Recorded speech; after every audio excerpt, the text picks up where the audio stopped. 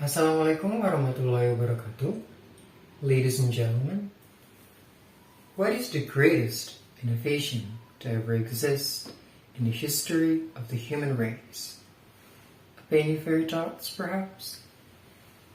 Is it the internet? Is it the telephone? Is it antibiotics that is like a knight in glistening armor to fight thousands of bacterial infections? Those inventions are important, aren't they?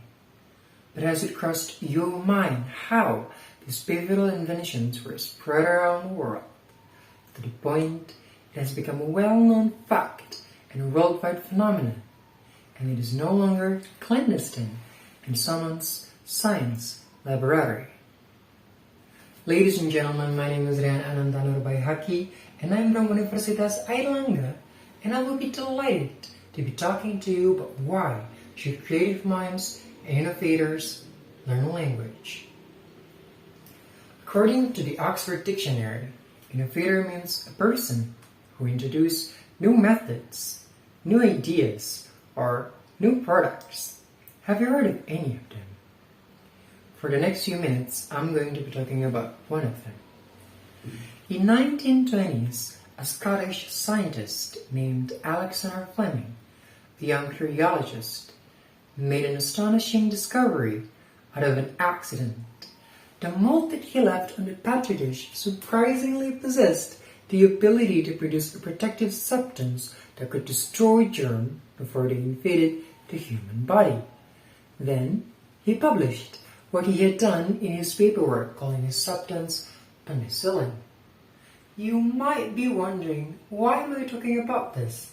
And why is this being linked to learning language? Now this is the exciting part. It leads us to the scope of learning language itself. Learning a language doesn't necessarily mean learning a second language. It could begin with using better punctuation, utilizing affectionate diction, and gaining a new word every day. Did you know that there are more than 170,000 words in English? In comparison to that, there are approximately 91,000 words in Bahasa Indonesia. Hence, Indonesians are saying English is hard because there's a tremendous amount of words to memorize, to recall, to remember.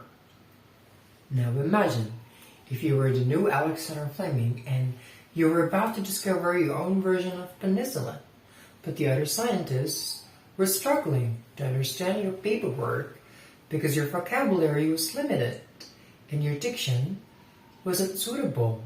Even worse, you said something contradictory. Would it be a barrier to perpetuate your success? Because obviously, we do not want to throw away a chance of winning a Nobel Prize and become a science prodigy. Am I right? I did mention that learning a language doesn't necessarily mean learning a second language. But how much of a benefit can we get if we are bilingual? Let's continue the journey of penicillin's discovery, shall we?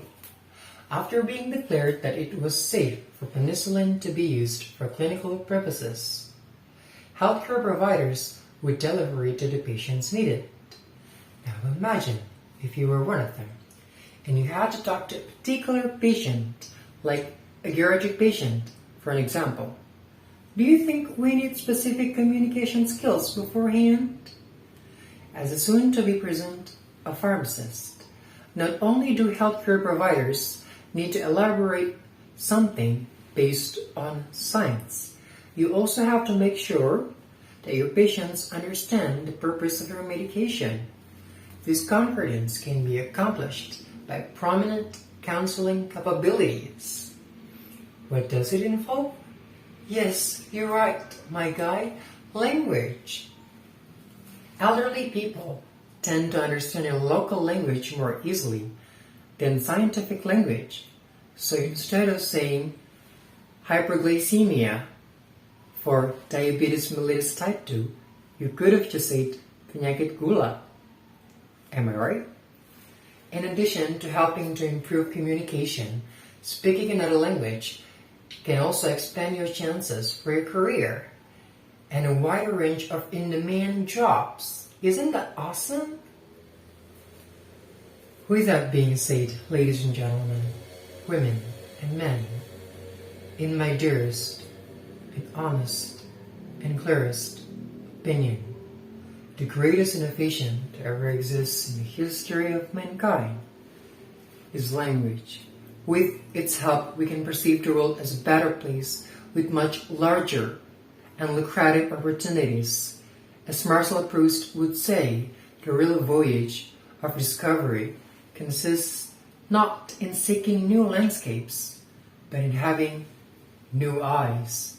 Ladies and gentlemen, thank you for your attention and my sincere gratitude to Telkom University, and goodbye. Wassalamualaikum warahmatullahi wabarakatuh.